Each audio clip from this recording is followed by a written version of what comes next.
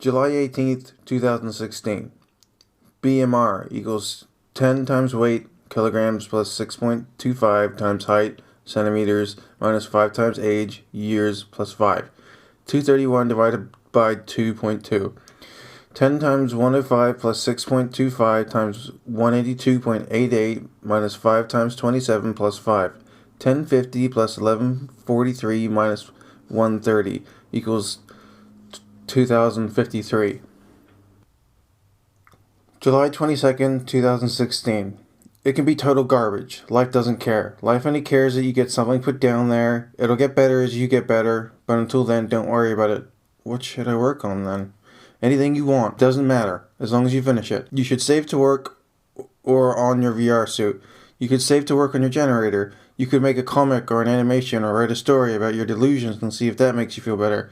Every time I do that, I get sick again, like my brain can't handle anything about it. Then don't do it, but find something else to do. You gotta be working on something to feel fulfilled. It's basic human nature. You're just scared of completing something and having people like your work. You've always been like that since you were tiny. So what do I work on first? I have so many ideas and so little motivation. Motivation comes from doing something enough to be able to see some sort of result from the work itself. So do one thing, then the other, and whatever takes off or helps you make a living, do that. Why is this so difficult to figure out? Because you make it difficult by wanting to do all of it at once without being able to finish one part of one idea and then giving up once it becomes real work. You become very lazy, unfortunately. That's bad. I wasn't always like that. And you needn't be again if you plan your work and work your plan, as they say. What about being mentally ill and physically disabled? No one cares anymore. People don't make fun of you for being like that anymore, so you may as well get to work. It's not an excuse to be miserable and lazy anymore. It's just your lot in life to deal with and get beyond it, which you've done before. So do I work on a comic story or animation when the work is exponentially greater adding in pictures than creating animations?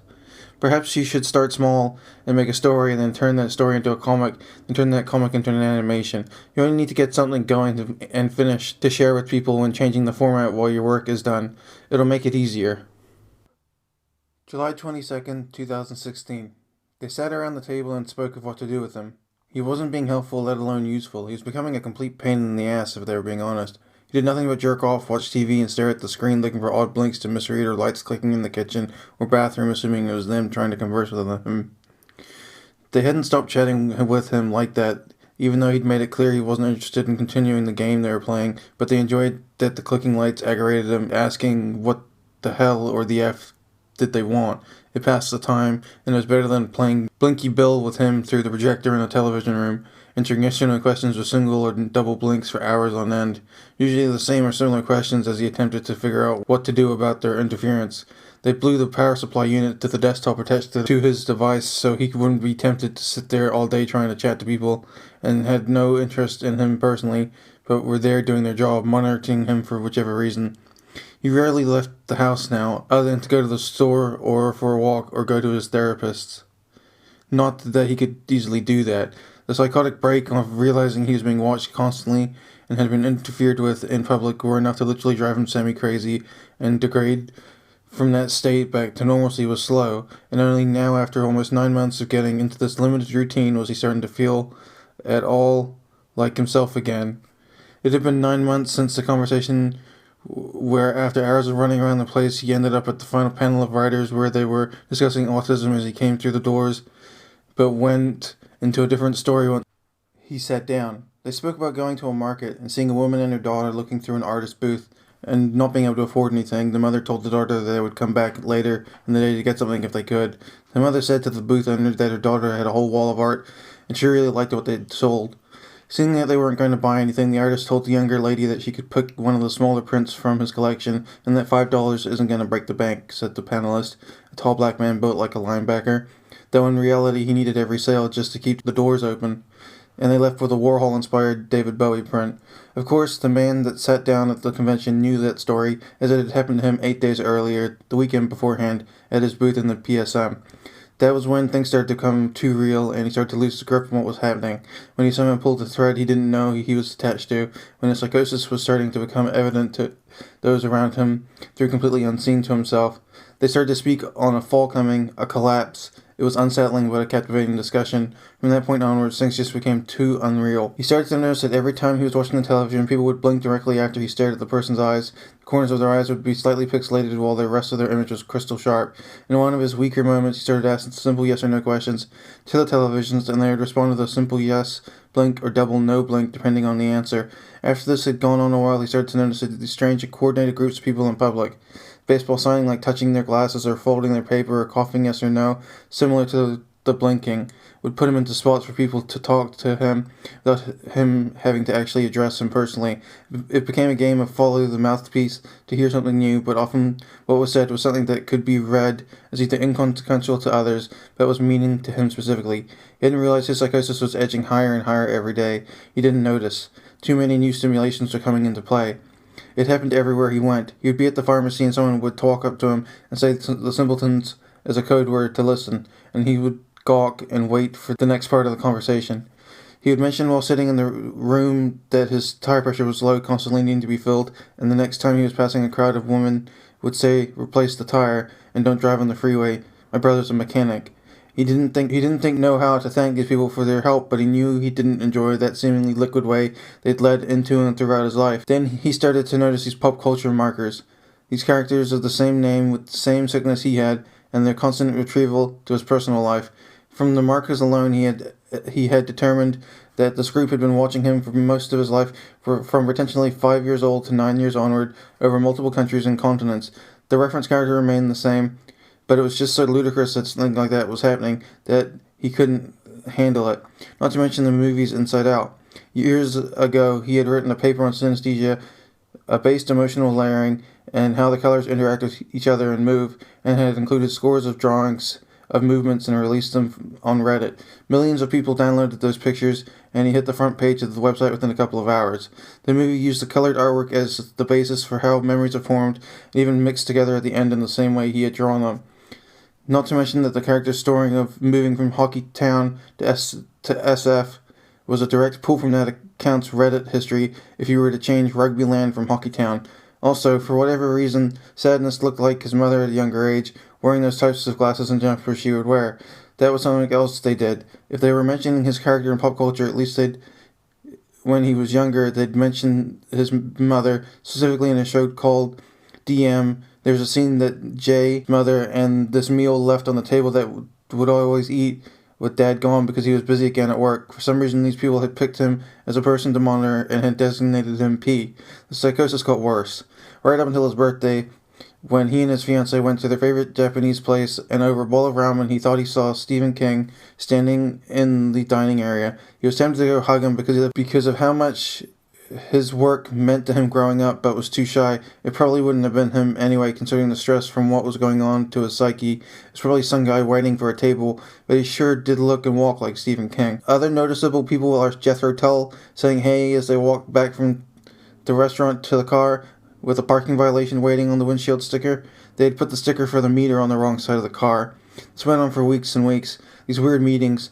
Another notable one was when he was sitting in the local coffee shop trying to get his store sorted on for the week, putting shirts up on his online store. Previously, when he was in the shop, he had been researching the Skunk Works Aviation Group out of curiosity of their magnetic bottle thermal turbine. Then he noticed something odd about the man sitting at the end of the room. He went onto their website and found that the man he was staring at on the screen was in fact sitting across the room from him, as were a few others. He even went down to the only entry not given a photo and said the name Jay, and a man replied, "We've got a savant," and the man obviously sitting across the room got up and left after passing directly in front of him. According to the bio on the screen, the man had died in 1978, but hadn't aged a day from the company photo. Then there was the man that didn't stop aging as the conversation went on. "Hey, we're at the A Street Fair," and it was going poorly. A man came up, elderly, with a baseball cap, soft jacket, and jeans, and talked about his life to the fella.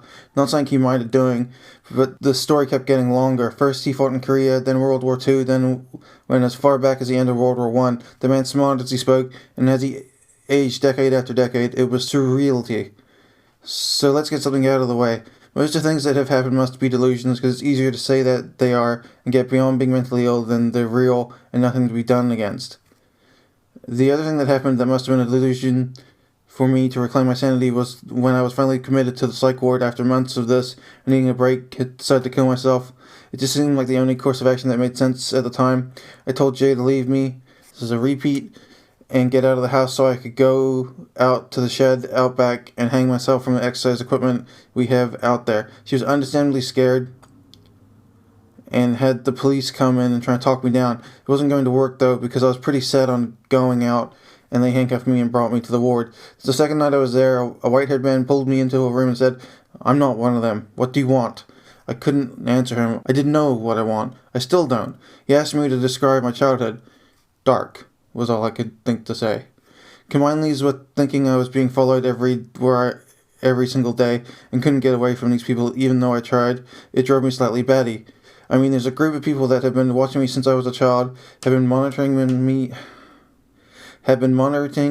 in my house and clicking the lights in my house every time I went to the bathroom, and it drove me nuts. I'm now coming to the point where I just have to accept that those things didn't happen, and I'm a delusional psychotic recovering from a break with reality.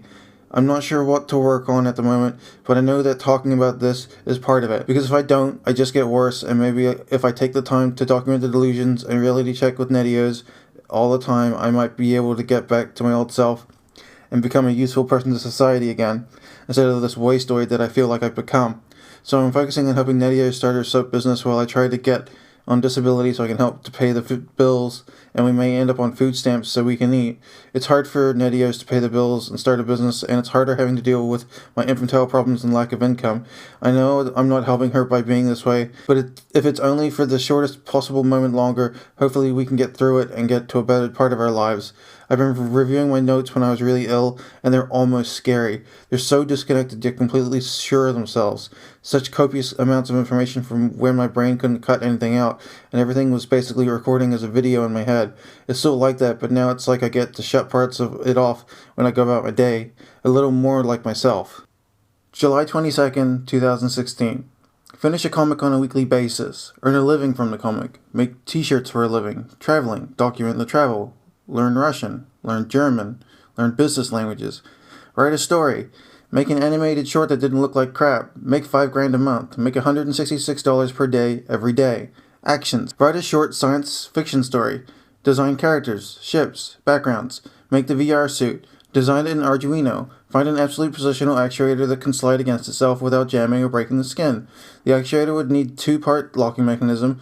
One that if the force was less than it wouldn't budge, but if it was greater than the threshold it would click back into a slide and move back in, but be instantly repositionable given the new location.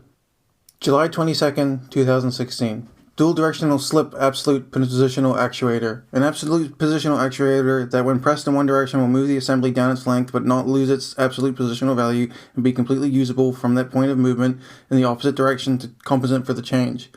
When it's being pressed against, that isn't an intensive training. It needs to cut the power so that the mechanical systems aren't locked in place electronically, so mechanical push still moves the assembly. It becomes a cycling habit from one state to the next until the third state is pressed where the pressure needs to be locked in for that given spatial run. July 26, 2016. I come to the coffee shop down the road from my house to work on my paranoia. If I can sit here for a couple of hours without feeling like there are people talking to me, without speaking to me, then it's a successful day, even if it affects my mood. Netios has said I need to stop coming here because every time I do it makes me sick mentally, but I don't have anywhere else I can go that has people in it, and it forces me to have a conversation with the barista when ordering my drink and small talk when having it delivered to my table. It's not as bad as it was before. I don't feel like there's a random nobody talking to me from one of the group, and I don't feel like I'm being watched by some group. I've been calling these delusions because to other people they seem textbook, but to the delusional they're just another day in the life. It's always noisy here. The place I tend to sit, just by chance of being the last place open, has a speaker directly over it, and sometimes the music is nice, enveloping my paranoia in a level of white noise much appreciated when I'm getting ill, and other times it's just annoying because it's hard to think clearly while pretending to work. It's what I do now, pretend to work. I wish I had something to do, to finish, but for the life of me I can't think of anything to work on. I'm currently stuck between writing a story, making a comic, and starting an animation, the latter being a combination of the former two. I'm too critical of my drawing at the moment since I'm learning to do digital work on a tablet, which I lack compared to my inking ability, and the comic process has become slower than a wet slug in a snowstorm. If I can force enough of these notes together, perhaps I can form a book of some kind and get it together into some useful or perhaps One night I'll have a few hours of my old self available to think of something fanciful yet interesting. So far it's been a dry dog turd every day. Artistically constipated, waiting for some outside relief of some kind to relieve the pressure of not making anything properly for ages. Not sure what to do about it, but it's a frustrating experience. I walked here to get off some of the jitteriness of the new antipsychotic brings on. The meds are for delusional schizophrenics and in higher doses can cause men to grow bitch tits and lactate or have faux Parkinson's. Both things I'm worried about. Acacia, they call it.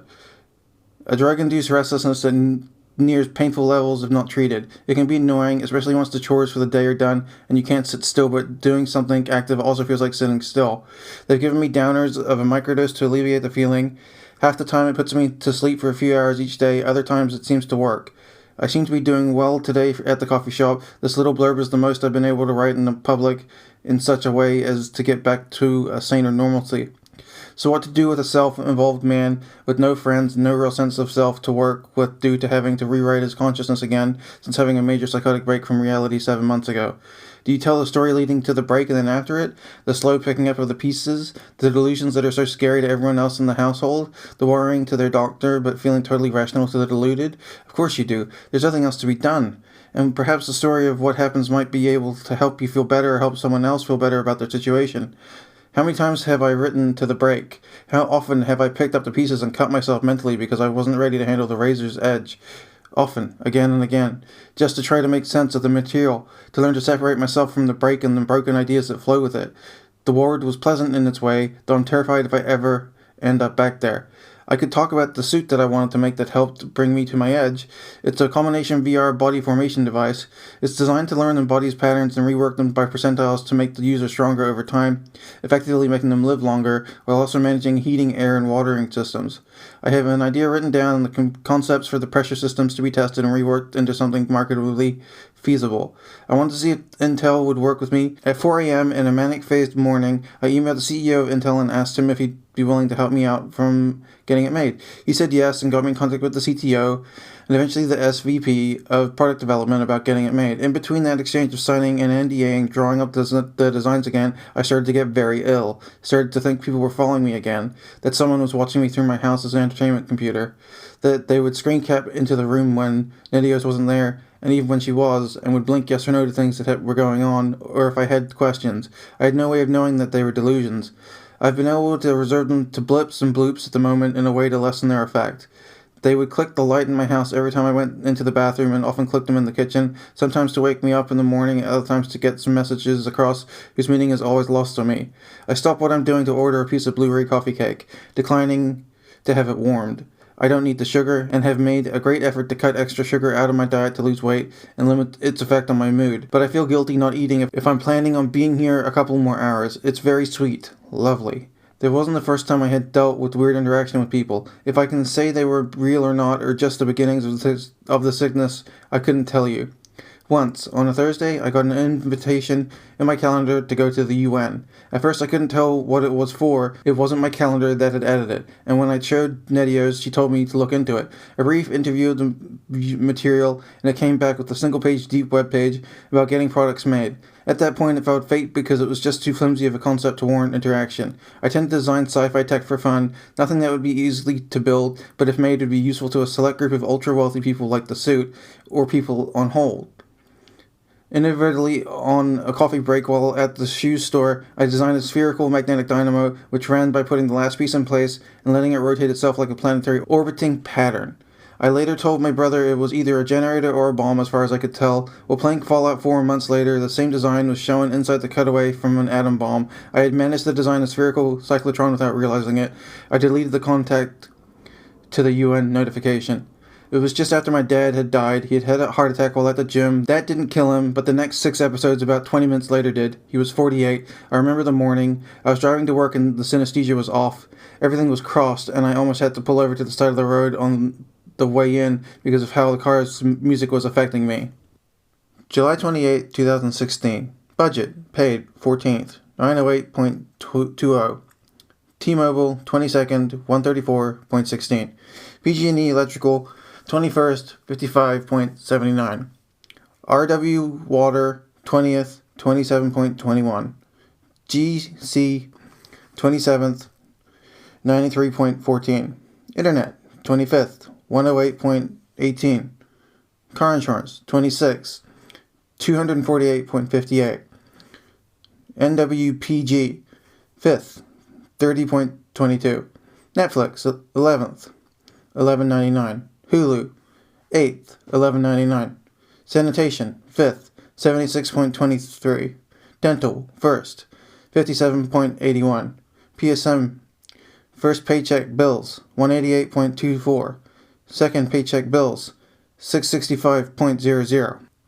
July 29th, 2016. There's no one here for you. It's what I have to tell myself every time I go out and sit down somewhere. Go to the fight the subtle, tempting paranoia brings. There's nothing to be done about it, but it's the limiting defense I've built up since my psychotic break. Netios has asked me if I'm seeing or hearing things like people blinking in weird ways with the lights clicking on or off, or if I think she's one of them. That poor girl. How does that feel to have the person you care about question your validity of reason at its very core, and to choose not to believe it, even if the person has trouble accepting anything at all as being real? She picked a real winner and a partner. No job, no social life, no money, no mental health. But you have to assume it'll get better. It's human nature to hope for a better tomorrow than the preceding day. I'm getting better so I can give her the life I promised her. It's the least I can do. There's no one here for you, and don't you feel that much closer to believing it? Hell, it's starting to stick, which I'm grateful for. There's nothing to be done versus concrete experience other than to disregard it completely, because you're not able to say it was just delusion, but you have to assign it to that gray area in your consciousness called the sickness, because if you don't, those become sticking points and you just can't get better. I still catch myself doing sick things. If there's a man sitting by me, for instance, and he's placed a book on his table facing me, I'll look it up. Today it's a man that's been there a few times, always in the same spot in the seat across from me, and had a Christian apologetics book called The Everlasting Man. I know it's not sane to do that. That's the paranoid part of me getting better of me. Or is it just curiosity at that point? I should let Nidios read my notes. It seems to make her feel better. Enough of the sickness business, but it is hard to stop being active after being so overly active for so long. But gladly, it is slowing down and I can pretend normalcy again, thankfully. It's terrifying when you can't get out of the cycle of being unable to do so. Now I just have to make something to sell and produce it again and get healthy physically. Groups of people don't seem to bother me today. Something else to be thankful for. July 31st, 2016. Side effects: cognitive ability reduced, mush-brained, groggy, drooling, stiff neck and hands, blurred vision. Netios calls me zombie.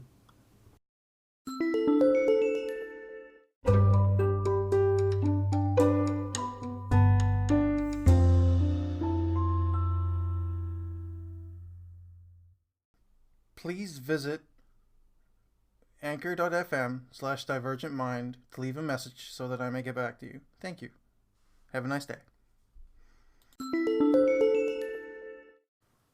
So Anchor is asking me to ask you to support me financially. I would ask that you go to my Patreon to do that, which is patreon.com/divergentmind. It means you can either become a monthly subscriber at a different tier of $1 to $3 to $5. I'm not looking for a lot. I'm not asking for a lot. I'm not asking for anything. This is going to go to the end of my podcast. I don't like it when podcasts straight up ask you for money when I'm doing okay. Well, I'm not doing okay. I'm surviving now to the point that I can make this. I would love to be able to make improvements to this by, say, getting... So basically, I'm running off an iPad, and I would like to improve it by getting different things that would make it better. Maybe some headphones that monitor output, or a better mic. Though the mic I got was from JWife, so I might not even use the better mic. You know what I mean? It's all about whatever I need at the time, but really it's just to get healthy again, because I'm currently over 300 pounds and I don't want to die that young.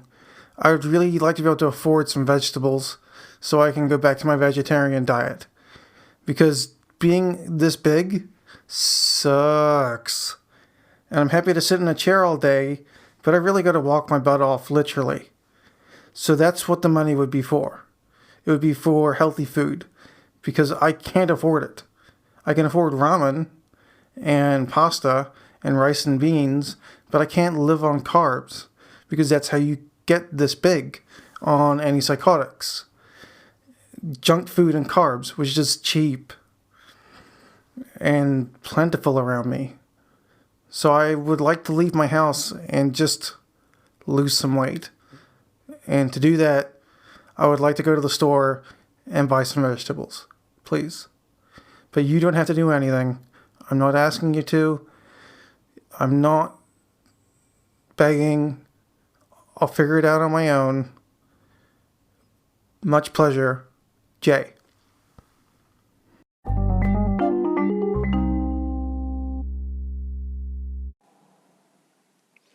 Hey, people, take a listen to the Divergent Mind podcast. You get both insight into living with a serious mental illness and get to listen to a lovely tale about a journey cute little animals need to take. Don't miss out, and remember, divergent minds don't need to think alike.